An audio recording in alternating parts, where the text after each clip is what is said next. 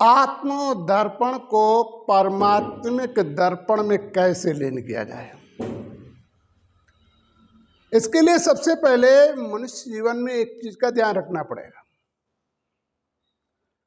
कि जीवन इस संसार पर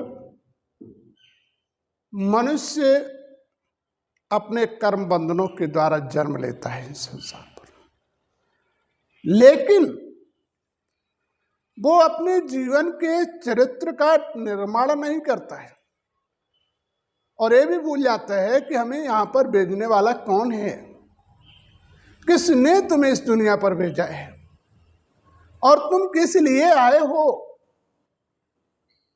जब तक तुम्हें अपने आने का एहसास नहीं होगा और यह भी एहसास नहीं होगा कि इस दुनिया में रहने के बाद हमें जाना भी पड़ेगा और जो संबंधी आपके करीब हैं, जिन्हें अपना कहते हो, वो भी अपने तौर पर तुम्हारे नहीं रह पाएंगे। जिस दिन तुम्हारी आखिरी यात्रा होगी उस दिन अपने जो हैं वो पराये हो जाएंगे। ऐसा क्यों होता है? क्योंकि वास्तविक संसार में रहकर जो अपनापन हमारे अंदर जागृत होता है वो सिर्फ अपनापन होता है, लेकिन आत्म दर्पण में अपनापन नहीं होता है। इस संसार में स्वार्थ भाव से ही अपनापन निभाया जाता है और जहां स्वार्थ भाव से अपनापन निभाया जाता है वो नहीं रह पाता है। यही बिछोड़ने का कारण होता है और यही आपके जीवन में समस्याओं का भी आना होता है। इसलिए अपनेपन को हम अपने कर्तव्यों में यदि बदल दें, कर्तव्य अनुसार अपनेपन को दर्शाना प्रारंभ कर दें, तो ये अपनापन यहाँ वर्तमान में भी साथ देगा और इस दुनिया के छोड़ने के बाद भी साथ देगा। और अपनापन होना कैसा चाहिए, इस बात को ध्यान दो। अपनेपन में भी स्वार्थ न हो। यदि स्वार्थ भाव से अपनापन किया तो स्वार्थ तो कहीं ना कहीं गिरा ही देता है। स्वार्थ मानव जीवन की व्यवस्थाओं को बढ़ने नहीं देता है। इसलिए स्वार्थ व्यवस्था से थोड़ा हमें हट के जाना चाहिए। जब हम स्वार्थ व्यवस्था से आगे बढ़ेंगे तो हमारे मन में इस संसार में रहते हुए भी हमारे मन के भाव भगवान के दर्पण की तरफ चलेंगे। एक बात और समझने वाली कि परमात्मा से भी हमारा जो स्वार्थ की जागृता न हो तो भगवान से भी संबंध नहीं लोग जोड़ पाते हैं। तो मानव जीवन के अंदर मानव को स्वार्थ होता है कि हम उस भगवान को प्राप्त करने के लिए अपने मन के दर्पण का बदलाव करते हो और यदि भगवान को याद करने में कहीं कष्ट आता है, परेशानियां आती हैं, बड़ी खुशी से बर्दाश्त करके और भगवान की भक्ति में लीन रहते हैं। कष्ट को भी कष्ट एहसास नहीं होता है और जब कष्ट एहसास नहीं होता तो यही भगवान से प्रीति मिलाने का दर्जा होता है। जैसे एक बात और समझने वाली है, लोग सोचते हैं कि भगवान के लिए ऐसा नहीं करना चाहिए, तो एक बात और ध्यान देने वाली बात है कि संसार में भी कोई किसी से प्रीत करता है, उसे कितनी भी समस्याएं झेलनी पड़े, दिक्कतें आती हैं, लेकिन वो खुशी खुशी निभाकर उसके साथ को नहीं छोड़ता है, उसे सहायता देने का पूरा प्रयास करता है। इसी प्रकार से भगवान से भी संबंध रखने के लिए दुख की याद ना हो बल्कि अपने कर्तव्य की याद हो। जो कर्तव्य स्थिति में भगवान में लीन हो जाता है तो परमात्मा भी ऐसे बच्चों के प्रति जागरूकता जब होती है जब तुम्हारी लीनता बढ़ती है, और जब भगवान की भक्त के प्रति जागरूकता प्रारंभ हो जाती है, भक्त अपने कर्तव्यों में खरा उतरता है, तो भगवान को भक्त की व्यवस्थाओं पे खरा उतरना पड़ता है। असंभव कार्य भी होता उसे संभव करना पड़ता है। जैसे कि विचार करो, प्रहलाद के सामने कितना असंभव था कि पहाड़ से फेंका गया, मरना निश्चित था। तो ऐसे कार्य को भी, असंभव को भी संभव किया। इसी प्रकार से मानव जीवन में जब यदि आपका निश्चय पक्का है, भगवान पर भरोसा सच्चा है, तो फिर व्यक्तियों को मत देखो, अपने आप को देखो और भगवान को देखो। और जब भगवान के दर्पण में आप इस तरीके से लीन हो जाओगे, तो परमात्मा एक करुणा निधान है, दया का सागर है। जो दया दुनिया के व्यक्ति नहीं निभा सकते हैं, वो निभाने का उसके अंदर दर्जा है। दुनिया में कोई साथ नहीं दे सकता है, लेकिन उस भगवान के आगे साथ देने की वो समर्थ है जो दुनिया में कोई झुका नहीं सकता है। लेकिन इसका मतलब ये भी नहीं कि भक्त भगवान के बनने के बाद अभिमान में आ जाए। जब अभिमान आता है तो भगवान से दूर हो जाता है। भगवान कहता है भक्त को किसी प्रकार का अभिमान नहीं होना चाहिए। अभिमान शिला को दूर करके जब वो मुझ में लीन होता है, तो कोई व्यक्ति उसके प्रति, भगवान के भक्त के प्रति अभिमान करता है, तो अभिमान लचाने का काम भगवान का होता है, तुम्हारा नहीं होता है। तुम्हारा सिर्फ काम होता है जीवन के परिवर्तन करने का। यदि ऐसे तुमने अपने जीवन का बदलाव किया, तो तुम्हारे जीवन में कभी दुखों का सामना नहीं करना पड़ेगा। तो वास्तविक हमें अपने जीवन को बदल लेना चाहिए, और बदलते रहेंगे तो दुखों से दूर होते रहेंगे। तो जीवन में इस प्रकार का जब हम बदलाव करते हैं, तो परमात्मा हमारे करीब आता है, और जब परमात्मा करीब आता है तो कभी दुखों का सामना नहीं करना पड़ता है। इसलिए हमें अपने जीवन के दुखों से दूर होना चाहिए, तो भगवान हमारा पूर्ण साथ दे पाएगा। और यदि हम नहीं दूर होंगे तो भगवान हमारा साथ नहीं दे पाएगा। तो बदलाव जीवन के अंदर होना अनिवार्य है, और तब परमात्मा तुम्हारा साथ देना भी साथी बनेगा। तो जीवन में हमें साथ को निभाने के लिए, इस व्यवस्था को पूर्ण करने के लिए हमें बदलना पड़ेगा। और फिर भगवान भी संसार की मर्यादाओं को तोड़कर तुम्हारे साथ सहयोग करेगा। और परमात्मा इस संसार का परिवर्तन करने के लिए ही आता है। आत्माओं को चेतावनी देता है कि तुम आत्मा हो और मेरी संतान हो,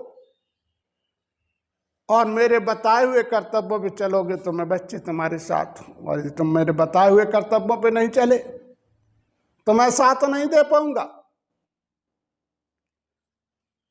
समस्याएं चाहे कितनी भी बड़ी हों, यदि आपका निश्चय पक्का है तो समस्याएं सारी दूर होंगी। अर्पण कर दो अपने मन के दर्पण को उस भगवान की स्तुति में, तो भगवान भी तुम्हारी व्यवस्था में सदा लीन हो जाएगा। तो वर्तमान से बदलो भविष्य को। जो वर्तमान से भविष्य के परिवर्तन नहीं करोगे तो जीवन का बदलाव नहीं होगा। इसलिए वर्तमान अवस्था को देखते हुए हम अपने भविष्य का बदलाव करें, जिससे ऐसे दिनों का हमें सामना न करना पड़े। और तब परमात्मा की भी नजर आपके पास रह पाएगी। भगवान भी आपके दुखों को दूर करने का पूर्ण दूर करता चला जाएगा। जैसा तुम्हारा कर्तव्य होता जाएगा, वैसे ही भगवान तुम्हारा साथ देता जाएगा। जब तक तुम्हारा कर्तव्य सही नहीं होगा तो भगवान भी साथ नहीं देगा। जब आत्म दर्पण पर हमारा बदल जाता है तो परमात्मिक दर्पण भी बदल जाता है, घनिष्ठता हो जाती है। इसी को हमारे पूर्व महापुरुषों ने कहा, भक्त और भगवान में कोई फर्क नहीं होता है। फर्क कब नहीं होता है? जब भक्त हर फर्क को निभाने में दर्जा अपना तय करता है, हर फर्क को दूर करने का पूर्ण प्रयास करता है, तो भगवान भी भक्त की हर व्यवस्था को पूर्ण करने का पूर्ण व्यवस्थाएं करते हैं। तो जाना भक्त के जैसे भाव होंगे वैसा ही भगवान का साथ होगा, वैसे ही भगवान के द्वारा उन्हें शक्तियां प्राप्त होंगी, वैसे ही उनकी वाणियों में परिवर्तन होगा, वैसे उनके कर्तव्यों में बदलाव होगा। जो परमात्मा के भक्त होते हैं वो किसी व्यक्तियों से नहीं बंधे होते हैं। उन्हें परमात्मा की भक्ति का आसार होता है और कहीं भगवान के सम्मान में कभी दाग नहीं आने देते हैं, वही परमात्मा के संपूर्ण भक्त कहलाते हैं। और जहां परमात्मा के कहीं सम्मान में दाग आता है और भक्त के अपने सम्मान के लिए आगे बढ़ता है, ऐसी स्थिति वाले बच्चों की भगवान कभी मदद नहीं करता है। जो भगवान की इज्जत नहीं करने देता है तो परमात्मा ऐसे भक्तों की इज्जत कभी नहीं करने देता है। तो विचार करो, भक्त जब भगवान पर समर्पण हो जाता है, दुख व्यवस्थाओं को भी भगवान पर समर्पण कर देता, अपने कर्तव्यों को भगवान पर समर्पण कर देता, प्रभु इच्छा मानकर जब वो कार्य करना प्रारंभ कर देता है, प्रभु प्रेरणा अनुसार अपने जीवन को चलना प्रारंभ कर देता है, ऐसे भक्तों पर भगवान को नाज होता है। और ऐसे ही भक्त जीवन की हर कड़ी को दूर कर सकते हैं, हर समस्या को बदल सकते हैं। तो कहते हैं दीपक ही अंधेरे को मिटा पाता है। इसी प्रकार से आत्मिक दीपक जब तुम्हारा जगेगा तभी तुम्हारे अंधकार को समाप्त होगा। जब तक आत्म दीपक नहीं जलेगा तब तक जीवन में तुम्हारे अंधकार को समाप्त करना आपके लिए असंभव होगा। हमारे भाई बहनों को सबसे पहले हमें आत्मदर्पण पर ध्यान देना चाहिए और सबसे पहले हमें अपने उस बाप पर निश्चय होना चाहिए जिसने तुम्हें इस पृथ्वी पर भेजा है। वो आपका साथी साधक है। तो लोग क्या करते हैं, अपनों को ठुकरा देते हैं। संसार की ठोकरें खाने का इसीलिए दर्जा आपको प्राप्त होता है। कहा भी गया, जो अपनों को ठुकराते हैं वो संसार की ठोकरें खाते हैं। इसलिए जो वास्तविक परमात्मा अपना है उसे अपनाए रहोगे, अपने विचारों का परिवर्तन करते रहोगे, दुनिया में ठोकरें नहीं मिलेंगी, दुनिया नहीं ठुकराएगी। यदि तुमने उसे ठुकरा दिया तो दुनिया तुम्हें ठुकरा देगी। नहीं तो विचार करो, तुम्हारे किसी से अच्छे संबंध हैं और अभिमानवश आपने उसे बोलना प्रारंभ कर दिया, एक दिन वो आएगा कि अच्छे संबंधों की जगह पर बुरे संबंध प्रारंभ हो जाएंगे। स्नेह की जगह पर कष्ट होना प्रारंभ हो जाएगा, भाषाओं में बदलाव हो जाएगा, विचारों में बदलाव हो जाएगा। वो क्यों होता है? उसका भी एक कारण है। जब तुम्हारी दिशाएं बदल जाती हैं और स्नेह किसी को अधिक होता है तो तुम्हारी दिशाओं को बदलते वो देख नहीं सकता है। उसमें भिन्नता पैदा प्रारंभ हो जाती है और भिन्नता से उसमें आपस में विवाद होना प्रारंभ हो जाता है। फिर वो इतना विवाद बढ़ जाता है, एक दिन ऐसा भी आ जाता है कि एक दूसरे के सामने आना और एक दूसरे को अपना मानना भी भूल जाते हैं। कर्म भी उनके परिवर्तन, क्योंकि जिस समय व्यक्ति ये चाहता कि तो मैं चाहता हम कैसे भी चलेगा, इसको ये तो मेरी बात मानता रहेगा। तो विचार करो, कभी भी ऐसे विचार नहीं आने चाहिए आपस में। यदि आपका संबंध अच्छा है तो आप ये कभी मत सोचो कि हमारे इस संबंध में हम चाहें जैसी कहेंगे और हमारी चलती रहेगी। संबंध भी एक इस प्रकार का होता है जैसे कांच का शीशा, कोई चोट लगने के बाद बिखर जाता है। इसी प्रकार से मनुष्य जब अधिक स्वार्थों में बंध जाता है तो उसका भी हाल वही होता है। जो अपने होते हैं वो बिखर जाते हैं और परायों से संबंध जोड़ना प्रारंभ कर देते हैं। लास्ट में अपने भी अपने नहीं रहते हैं और पराये तो पराये हो ही जाते हैं।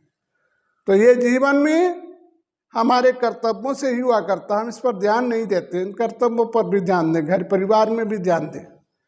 अभिमान के बस कोई कार्य न करें, अभिमान से परे होकर कार्य करना प्रारंभ करें, जिससे तुम्हारे जीवन में ऐसे दिनों का सामना न करना पड़े। इसी प्रकार से भगवान से भी हमें कभी अभिमान नहीं आना चाहिए। कभी कभी कोई परेशानी आ जाती है भगवान को याद करते करते, तो हमें भगवान से प्रार्थना करनी चाहिए, प्रभु कौन सी गलती हुई जिस कारण मुझे ऐसे दिनों का सामना करना पड़ रहा है। प्रभु मुझे ऐसी समर्थ दो जो ऐसे दिनों का हमें सामना ना करना पड़े, और परमात्मा भी हमें पूर्ण मदद कर सके। ऐसा यदि आपने करना प्रारंभ किया तो जीवन में कभी कोई दुख नहीं आएगा। तो बदल दो अपने जीवन को, और यदि जीवन को बदल दिया तो आर्थिक शारीरिक सारी व्यवस्थाओं से तुम दूर हो जाओगे। तो हमें अपने जीवन की व्यवस्थाओं पर अधिक ध्यान देना प्रारंभ करना चाहिए। भक्त की याचना, भक्त की अंदर की भावना भगवान को खुश करती, प्रसाद खुश नहीं कर पाता है, आपकी व्यवस्थाएं खुश नहीं कर पाती। भगवान के लिए जब तक अंदर का दर्पण आपका सही परिवर्तन नहीं होगा, तब तक भगवान तुम्हारी नहीं सुन सकता और परमात्मा से तुम्हें कुछ प्राप्त नहीं हो सकता। तो वास्तविक हम इस चीज को अपने इस वीडियो में पूरा करें। आगे के दर्पण आपको बताया जाएगा, जीवन चले तो चले कैसे। आगे का सीरियल होगा, जीवन हमारा चले तो कैसे चले और किस तरीके से हम अपने जीवन को खुशहाल कर सकें। जय श्री परमात्मा की।